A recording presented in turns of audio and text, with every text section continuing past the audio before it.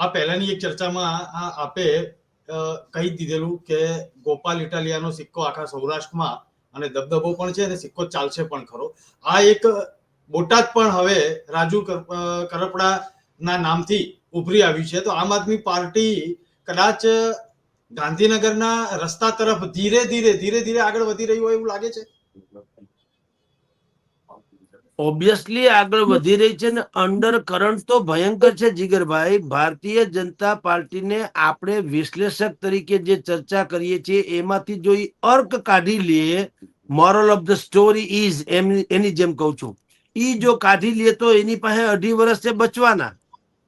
પણ કમનસીબી શું છે કે એક તો પોટાશ જેવો આજનો વર્તમાન છે ને કમનસીબે આપણી રૂની દુકાન છે, એના જેવી હાલત છે.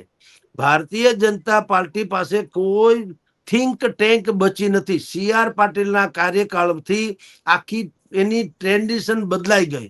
ટ્રેન્ડ શું બદલાણો? એ લોકો ચૂંટણીની ફતેહને જ હંમેશા સફળ કામયાબી માને છે, લોકોના હૃદય જીતવાને નહીં. ચૂંટણી જીતવી જુદી ઘટના છે, લોકોના હૃદય ને મત મસ્તિષ્ક ઉપર રાજ કરવું એ જુદી ઘટના છે. ગોપાલ ઇટાલિયા અત્યારે હૃદય જીતવામાં નંબર 1 છે. ભારતીય જનતા પાર્ટી પાસે ખાલી લોકશાહીની ઢબે તમે કહો તો એ બહુમતી છે, ચૂંટણી